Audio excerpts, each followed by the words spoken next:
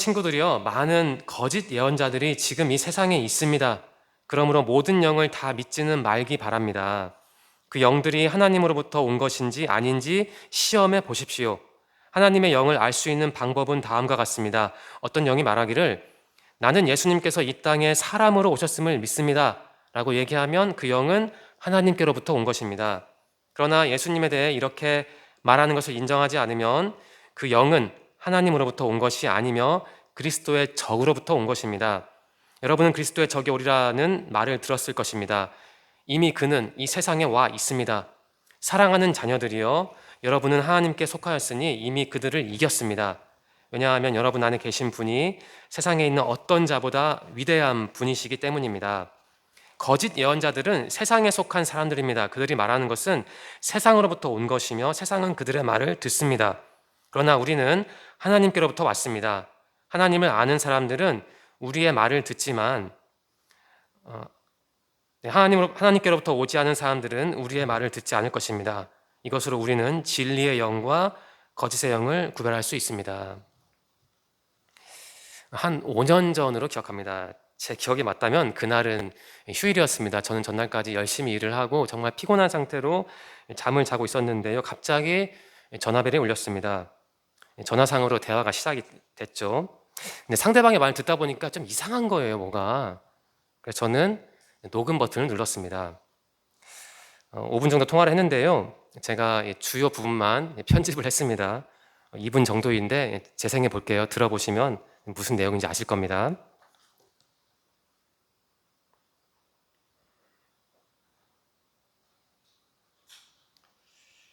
잘 들어보십시오. 제가 드린 부분인데 이 통장에 대해서 아시는 내용 없으세요? 네, 전혀 없어요.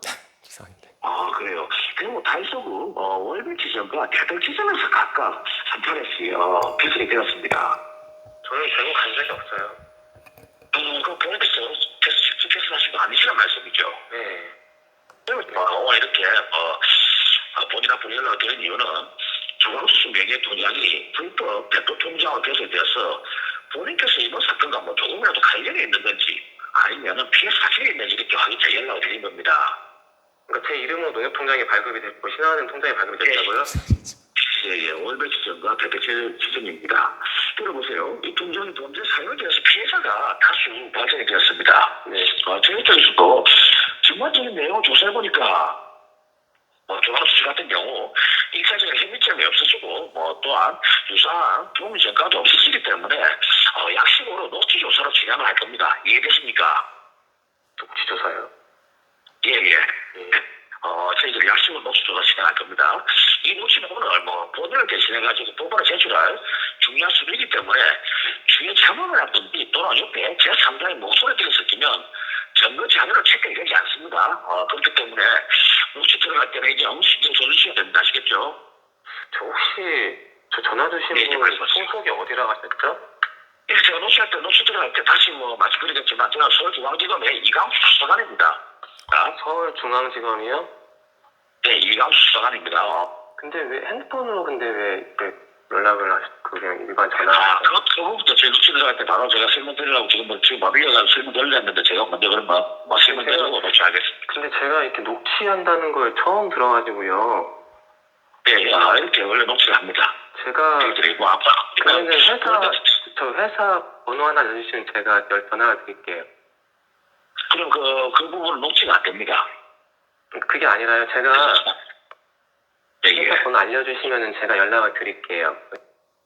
이런 내용이었는데요. 무슨 내용인지 아시겠죠? 네, 보이스피싱 전화인데 저는 살면서 이러한 전화를 제가 받아버리라고는 상상을 못했습니다. 네, 제가 그분에게 그러니까 서울중앙지검 전화번호를 알려주면 직접 연락을 드리겠다고 말했죠. 그러니까 그분이 당황해했고 알았다고 말하면서 전화를 끊었습니다. 그분은 물론 저에게 전화번호를 알려주지는 않았죠. 그 일을 겪고 나서 새삼 깨달은 점이 있습니다. 진리와 거짓이 섞여 있다는 점을 저는 새삼 깨달았거든요. 진리와 진리의 사람들은 우리를 바른 길로 인도하죠. 하지만 반면에 저에게 전화를 건 그 사람처럼 거짓의 사람들은 우리를 속이고 어둠 속으로 끌고 가죠. 이 세상에는 분명히 그 어둠의 사람들, 어둠의 영이 있습니다. 이 본문 말씀에서 영이라는 단어는 그리스어로 푸뉴마입니다. 푸뉴마, 원래는 성령이라는 뜻이거든요. 그런데 본문에서 영은 좀 특이합니다. 이 사람을 의미해요. 진리의 영이나 거짓의 영에게 영향을 받은 사람들을 이 요한은 그 영이라는 단어로 묘사를 합니다. 그러니까 요한은 영이라는 단어를 좀 임의로 확장해서 그렇게 쓰는 겁니다. 가령 6절을 볼까요? 진리의 영 이런 표현이 있는데 진리의 영은 성령에 의해서 영감을 받아 진리를 말하는 사람들이죠. 바로 이어서 나오는 거짓의 영은 이제 아시겠죠? 이것도 사람을 지칭해요. 거짓된 영에 사로잡혀서 거짓을 말하는 사람들을 의미하는 거예요. 다른 부분도 볼까요? 1절 중반부는 이렇습니다. 모든 영을 다 믿지는 말기 바랍니다. 우리말 공동번역 성경은 이 부분을 이렇게 번역해요. 자기가 성령을 받았노라고 말하는 사람들을 다 믿지 말고, 번역을 잘했죠. 사람으로 번역을 하고 있죠. 또 2절에 이런 부분이 있습니다. 어떤 영이 말하기를, 이것도 그 어떤 영에 의해서 사로잡힌 사람을 의미합니다. 정리하겠습니다. 당시에도 성령과 함께하는 진짜 그리스도인이 있었죠. 반면에 악한 영에 사로잡힌, 그게 무슨 영인지 모르겠지만 엇나간 거짓된 그리스도인들도, 물론 그리스도인들 하시긴 어렵겠지만 그런 사람도 있었다는 겁니다. 진리와 거짓은 늘 우리 곁에 있습니다. 그 둘은 마치 신호등이 전멸하듯이 공존합니다. 어쩌면 인류가 창조된 이후부터 진리를 따르는 사람들과 거짓에 매몰된 사람들이 함께 있었던 것 같아요. 앞으로도 마찬가지겠죠. 여러분과 저는 진리의 영입니다. 그러니까 성령님과 동행하는 사람들이죠. 우리는 하나님의 정체성과 그분이 하신 일을 알아요. 하지만 우리와 다른 사람들도 정말 많이 있어요. 이단만 그렇다는 게 아닙니다. 교회를 다니는데도, 신학 교육을 받았는데도, 심지어 교역자라고 하는데도 거짓의 영이 있지요. 그들은 말은 해요. 나는 성령님과 함께하는 사람이다라고요. 하지만 그들의 행동을 보면 전혀 그렇지가 않습니다.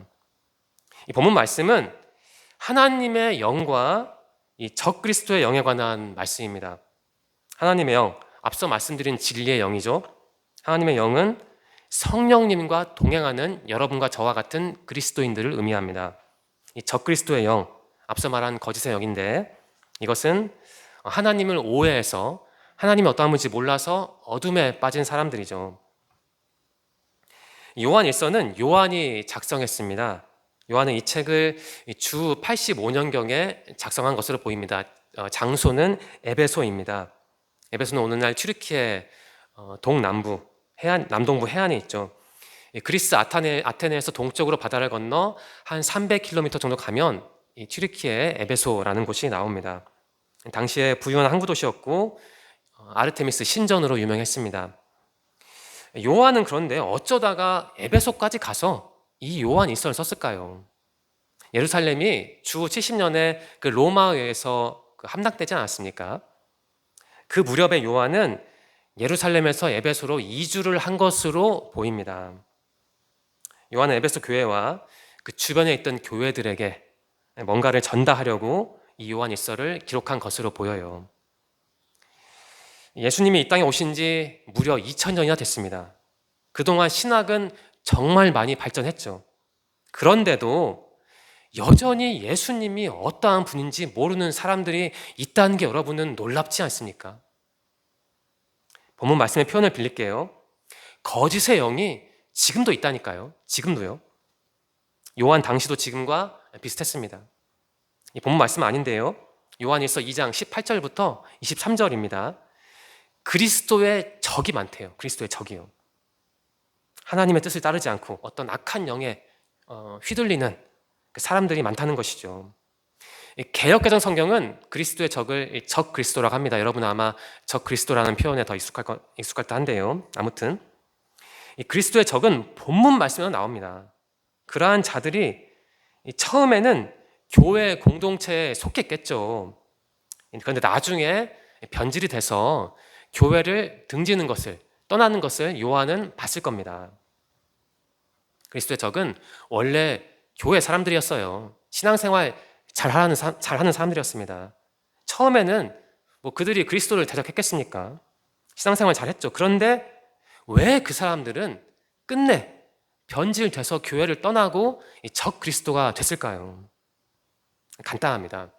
뭐 앞에서 말씀드리기도 했는데 예수님이 어떠한 분인지 몰랐거든요. 그 사람들은요. 그러면 그 예수님을 몰랐다는 게 도대체 무슨 뜻일까요? 이것을 꼭 기억해 주십시오. 오늘 설교 핵심입니다. 예수님을 제대로 모른다. 이것은 바로 이거예요.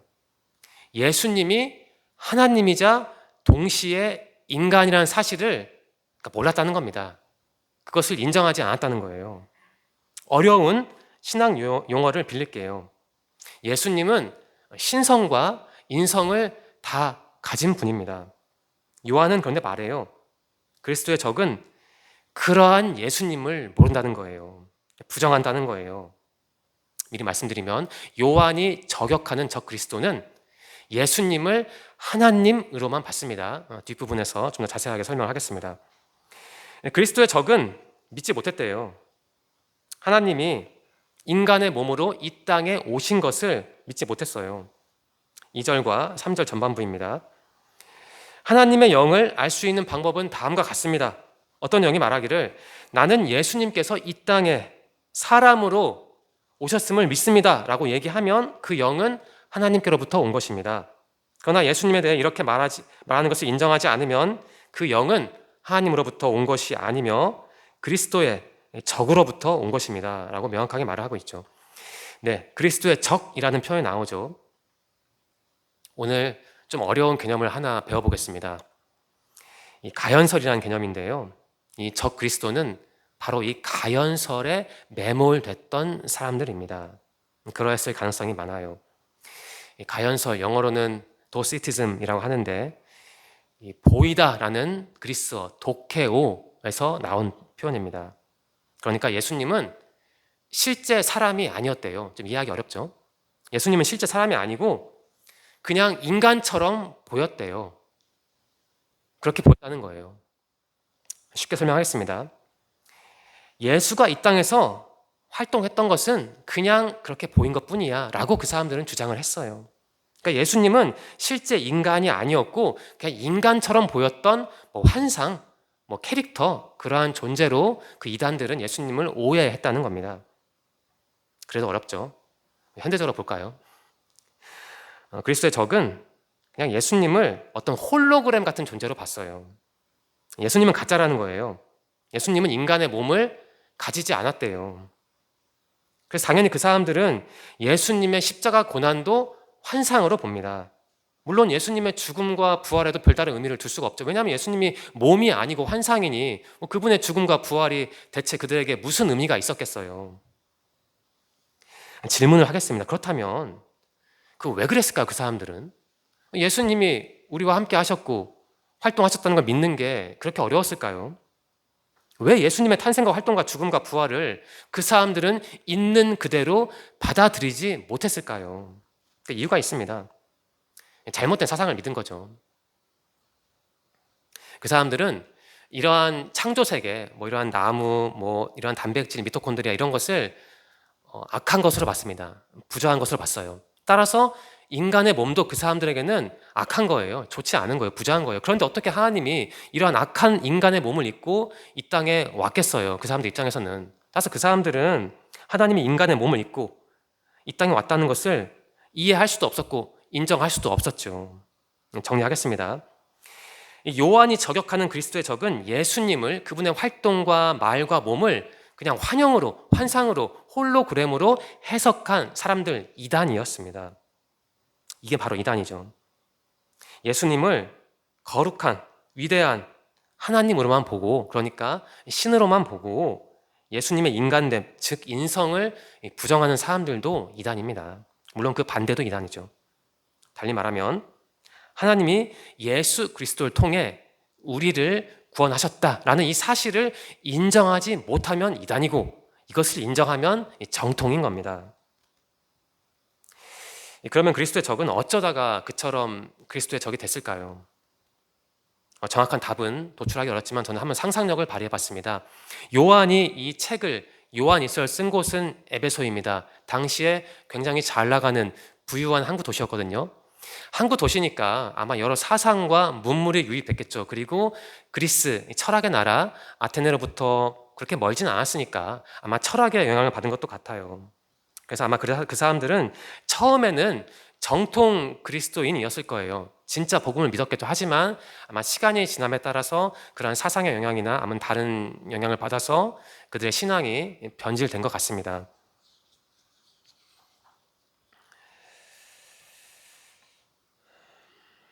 아마 외부적인 영향을 받아서 그 정통 그리스도교를 자기들 입맛에 맞게 변형한 탓에 그렇게 이단에 빠진 게 아닐까라는 생각을 좀 했습니다. 저만의 관점이니까요.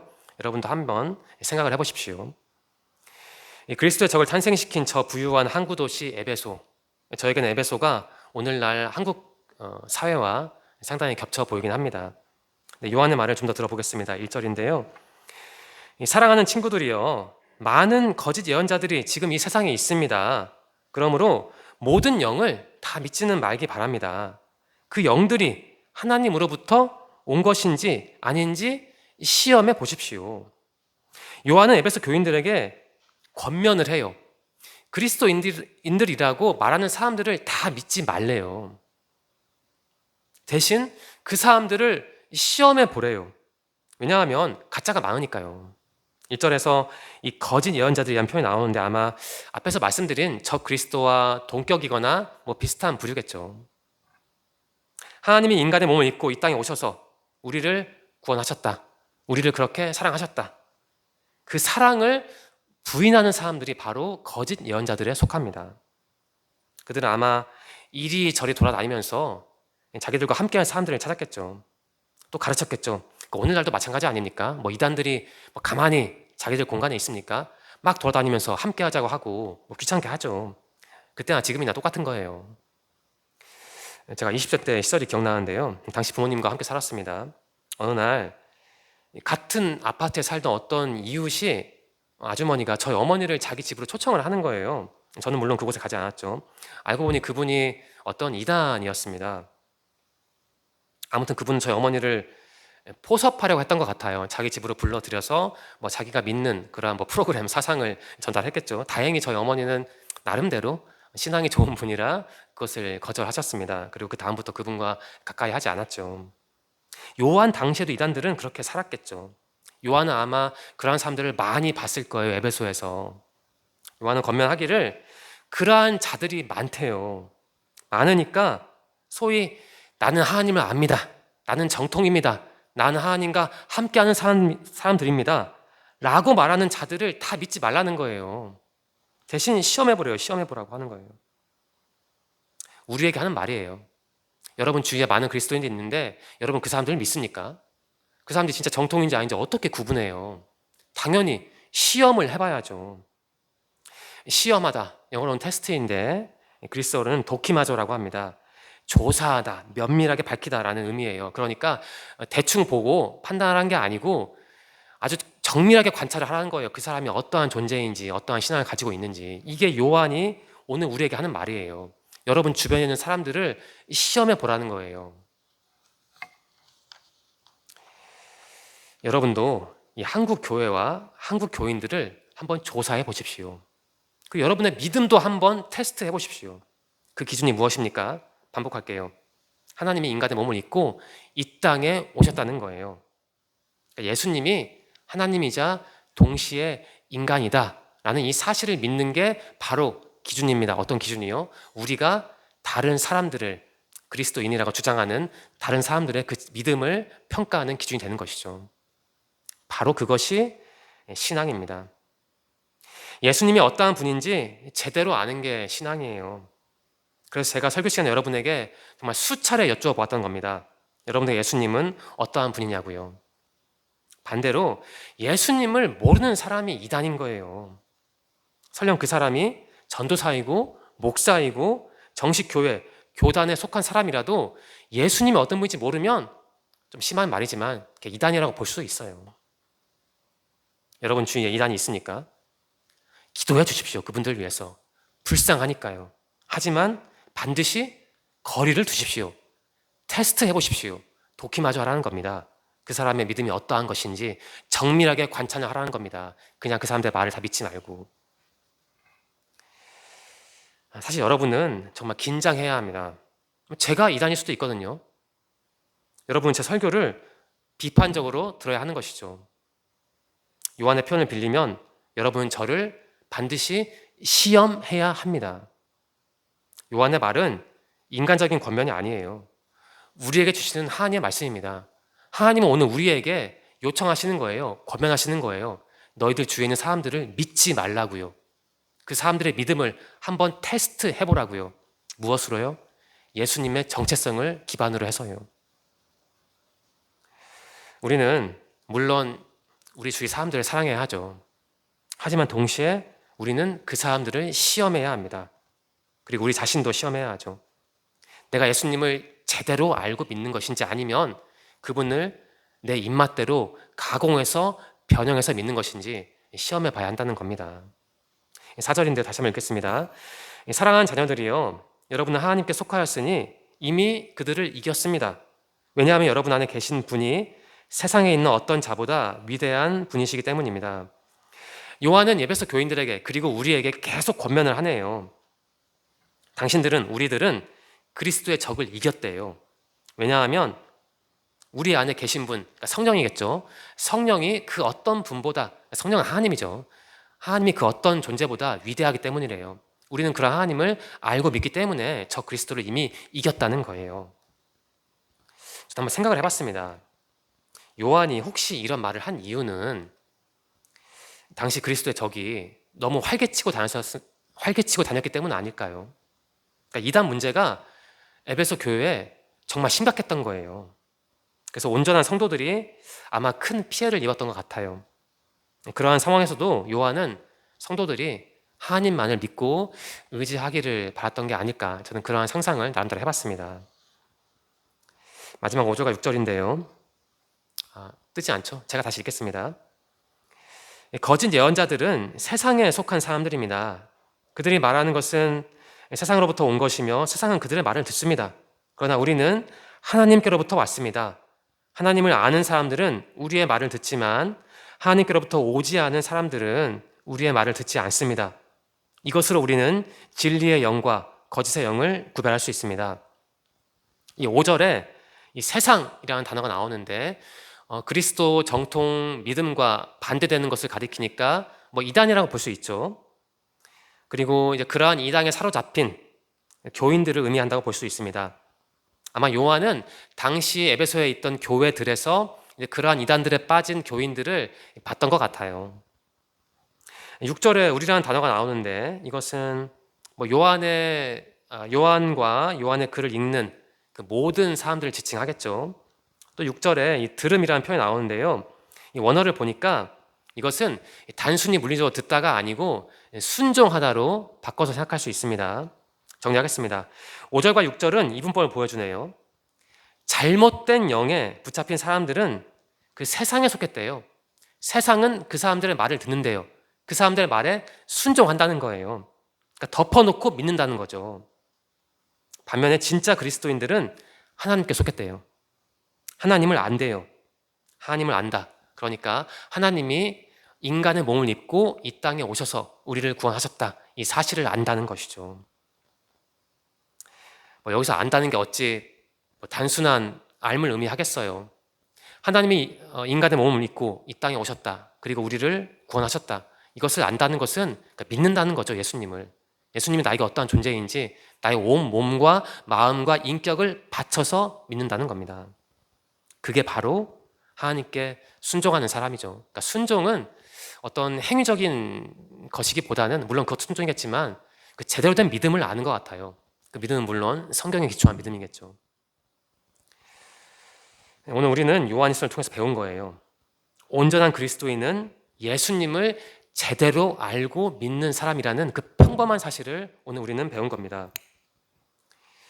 예수님을 완전한 인간이자 완전한 하나님으로, 완전한 신으로 알고 믿는 사람들이 그리스도인이에요. 즉 하나님이 인간의 몸으로 오셔서 우리를 죄에서 구원하셨다. 이 사실을 알고 믿는 사람이 그리스도인이라는 겁니다. 그런데 이상합니다. 여러분, 제가 앞에서 예수님의 인성과 신성 그런 어려운 표현을 했잖아요. 예수님 안에 그 하나님 됨과 인간 됨이 동시에 있다는 말씀을 드렸는데 한번 의심을 해보시기 바랍니다. 어떻게 예수님 안에 그 신성과 인성이 공존할 수 있겠습니까? 그것을 우리가 어떻게 해설을 해야 합니까? 사실 이 질문은 2000년 된 질문이고요. 이 질문을 공식적으로 해결하는데 400년이 넘게 걸렸습니다. 그러니까 당시에 많은 신학자들과 목회자들 그리고 성도들을 갈라치게 한 질문이 바로 이거예요. 어떻게 예수 안에 신성과 인성이 다 있느냐? 어떻게 예수가 하나님이면서 동시에 인간이냐? 이 질문이 그토록 중요한 질문이었다는 겁니다. 요한이 물론 이 글을 쓴 당시에도 그랬죠.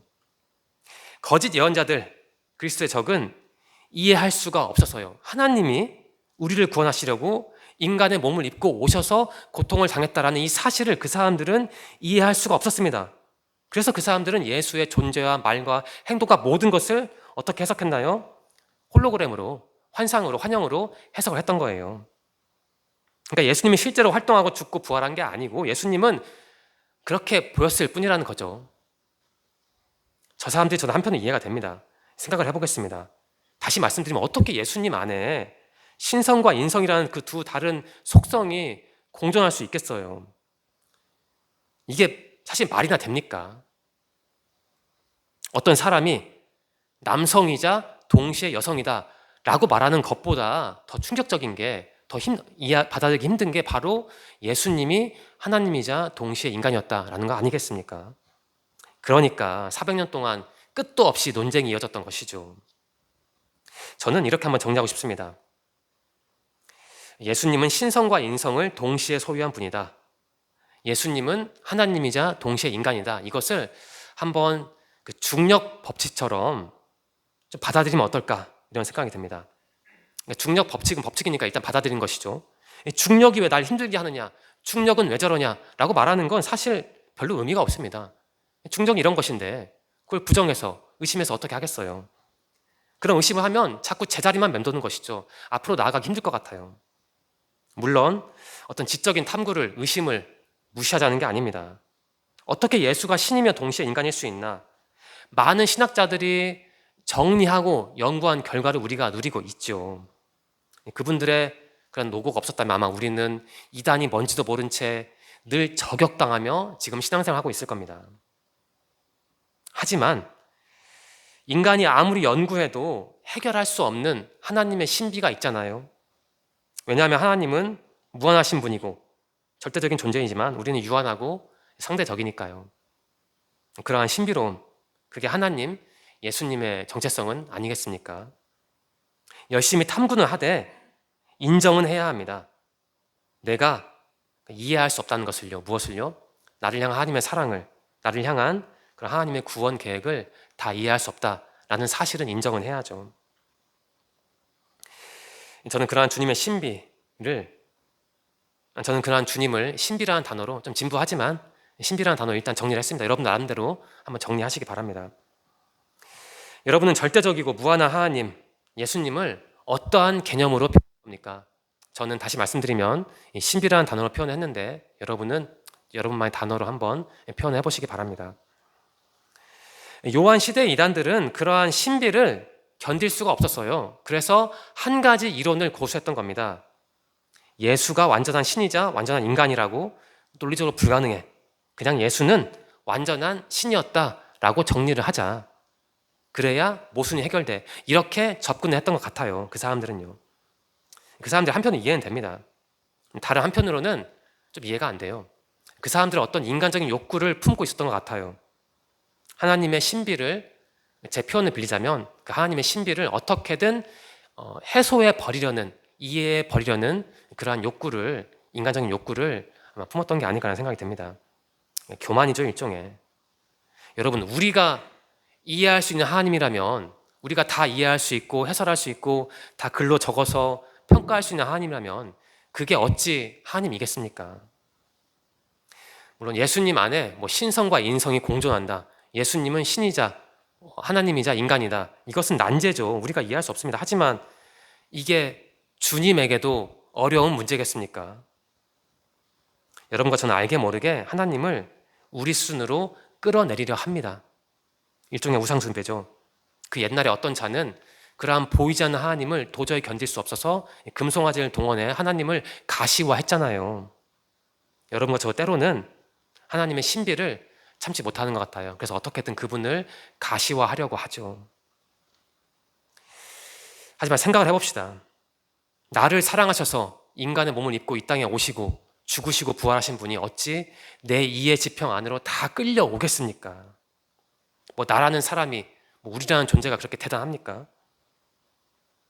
우리의 생각과 몸도 100% 통제하지 못하는 게 우리인데 우리가 어떻게 그분을 이해해요? 한번 심하게 표현해 볼까요? 성준 형제는 그 식욕과 성욕을 다 통제할 수 있습니까? 불가능하죠. 저도 못해요. 물론 강력한 욕구죠. 우리를 인간되게 하는 욕구가 앞으로 나가게 하는 욕구인데, 하지만 단순한 욕구잖아요. 식욕과 성욕은. 근데 우리는 그것도 통제를 못하는 거예요. 우리 자신도 통제를 못하는 거예요. 근데 우리가 어떻게 그 무한한 존재를 다 이해하려고 할 수 있겠어요? 그거 자체가 사실 말이 안 되고 교만이라면 교만인 거죠. 요한 시대의 이단이나 오늘날 이단은 하나님을 아주 간단하게 이해해 버립니다. 얼마나 이해하고 싶었으면 오늘날 한국 사회 이단들은 특정인을 예수라고 하겠어요. 그들의 치명적인 약점이 그렇게 드러납니다. 그런데도 그러한 자들에게 속은 그리스도인들이 있었고 있고 앞으로도 있을 겁니다. 무한하신 하나님, 절대적인 하나님, 우리를 끝까지 사랑하시는 하나님, 그분의 신비를 이해하지 못했고 못하고 있으며 이해하지 못할 사람들이 앞으로도 있을 거예요. 여러분, 앞에서 말씀드렸지만 그런 하나님의 신비를, 그러니까 예수님은 하나님이자 인간이다, 동시에 인간이다, 예수님 안에 신성과 인성이 동시에 공존한다, 이것을 그냥 중력 법칙처럼 받아들이면 안 되겠습니까? 그렇게 받아들이는 것도 물론 수동적으로 보이고 뭔가 끌려가는 것 같지만 저는 그러한 것도 믿음의 일부라고 생각해요. 근데 어떤 분들에게는 그러한 믿음도 없어요. 그래서 이단에게 속아 넘어가죠. 여러분은 다르리라 믿습니다. 아무리 생각을 해봐도 이 거짓에 속지 않는 것도 실력입니다. 뭔가를 많이 쌓아서 남들을 인도하는 것도 실력자지만 그 단순한 사실 하나를 믿고 그것이 아닌 것에, 거짓이 아닌 것에 마음을 빼앗기지 않는 것도 실력 같아요. 저는 소망합니다. 여러분 모두가 지금처럼, 여러분 예수님이 어떤 분인지 아니까, 하나님이 어떤 존재인지 아니까 지금처럼 실력 있는 사람들로 끝까지 살아가시기를 간절히 소망합니다. 기도드리겠습니다. 하나님 감사합니다. 예배 드릴 수 있어서 감사합니다.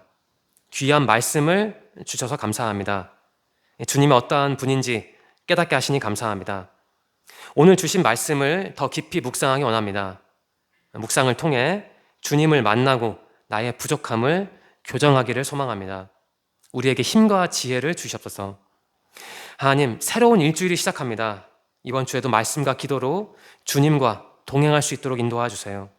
또한 우리 모두와 또 이 자리에 나오지 못한 분들에게도 은혜를 내려 주시옵소서. 예수님의 이름으로 감사하며 기도드립니다. 아멘.